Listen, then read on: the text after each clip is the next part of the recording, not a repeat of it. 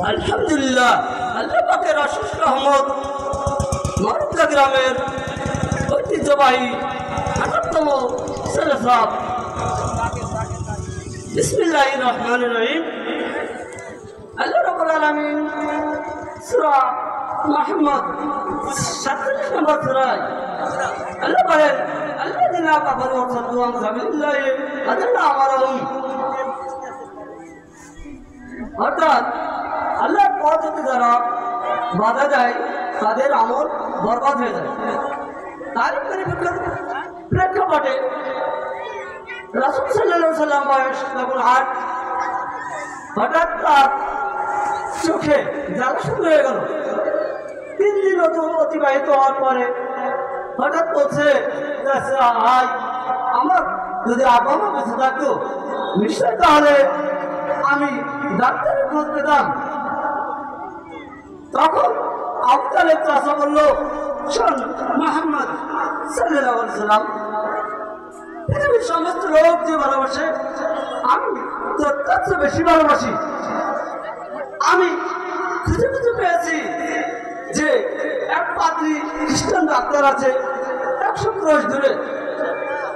আগামীকাল সকালে রওনা দিতে হবে, সেভাবে প্রস্তুত থাকবে। যে কথা সে কাজ সকালে প্রস্তুত হয়ে গেল। আর রাসূল সাল্লাল্লাহু আলাইহি ওয়াসাল্লামকে সাথে নিয়ে চলতে লাগলো। কিছু দূর যাওয়ার পর রাসূল সাল্লাল্লাহু আলাইহি ওয়াসাল্লাম ক্লান্ত হয়ে গেল।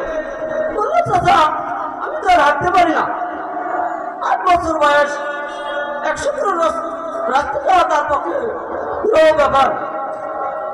তখন আবু তালেব রাসূল সাল্লাল্লাহু আলাইহি ওয়াসাল্লামকে গায়ে নিলেন আর হাঁটতে লাগলেন। কিছু দূর যাওয়ার পরে আবু তালেবের চোখে ঝিমকে আসলো, অর্থাৎ ঘুম ঘুম ভাব। এর পরেই দেখলো যে বিশাল এক লাইন, অর্থাৎ তিনি চোখ বুঝছেন কি ব্যাপার। 100 ক্রোশ দূর আমার এই ঘুম ঘুম ভাবের মধ্যে দ্রুত পার হয়ে গেলাম কিভাবে? কিন্তু আপনারা জানেন কাকে কোলে নিয়েছে, কাকে ঘরে নিয়েছে?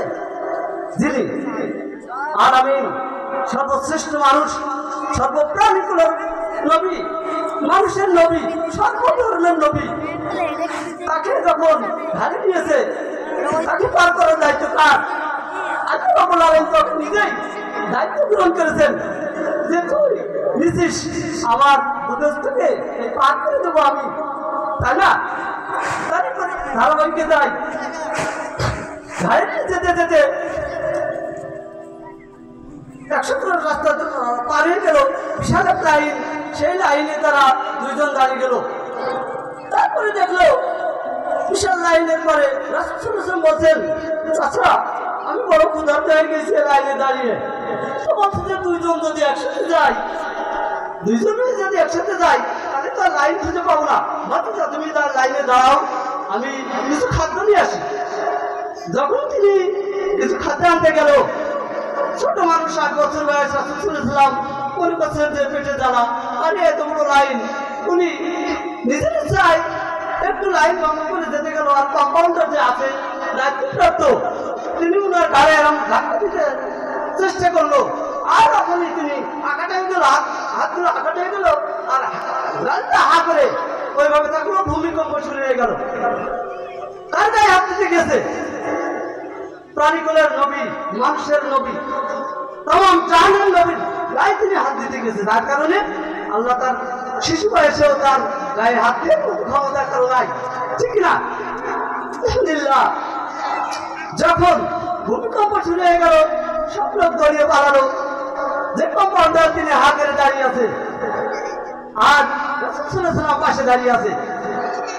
ডাক্তার পাদ্রী খ্রিস্টান এসে বলতে পারো তোমার নাম কি? বললো আমার নাম মোহাম্মদ। বললো তোমার মার নাম কি? আমিনা। তোমার পিতার নাম কি? আব্দুল্লাহ। বললো হ্যাঁ তিনি শেখ, যা তাওরাতের কিতাবে লিখিত। রাসূল সাল্লাল্লাহু আলাইহি ওয়াসাল্লাম উনি তখন তাকে আদর করে ধরে নিজের চেম্বারে, নিজের চেয়ারে বসালো। কারণ তিনি জানেন যে তিনি সর্বকুলের নবী, আমাদের নবী, সবার নবী।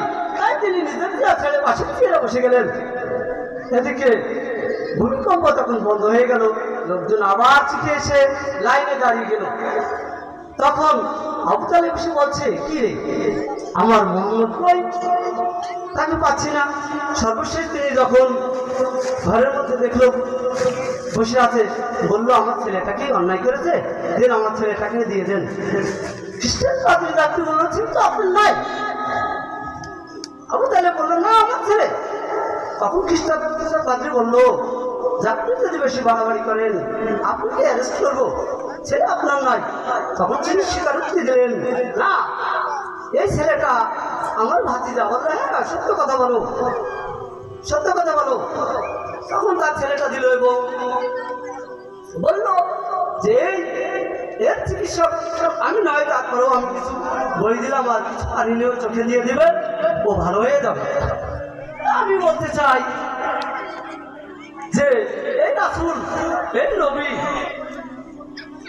সর্বশ্রেষ্ঠ নবী, তার সিরাত মানেনি আবু তালেব, যার কারণে পৃথিবীর সর্বনিম্ন সাজা হবে, আগুনের জুতাকে করিয়ে দেওয়া হবে, আর মাথার মগজগুলো টকবক করে ফুটবে।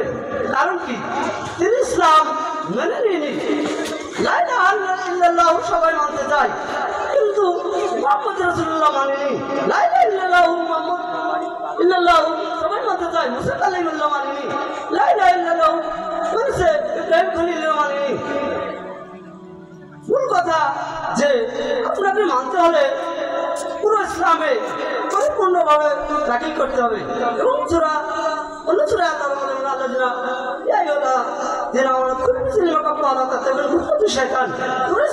ইসলামে পরিপূর্ণভাবে প্রবেশ করো।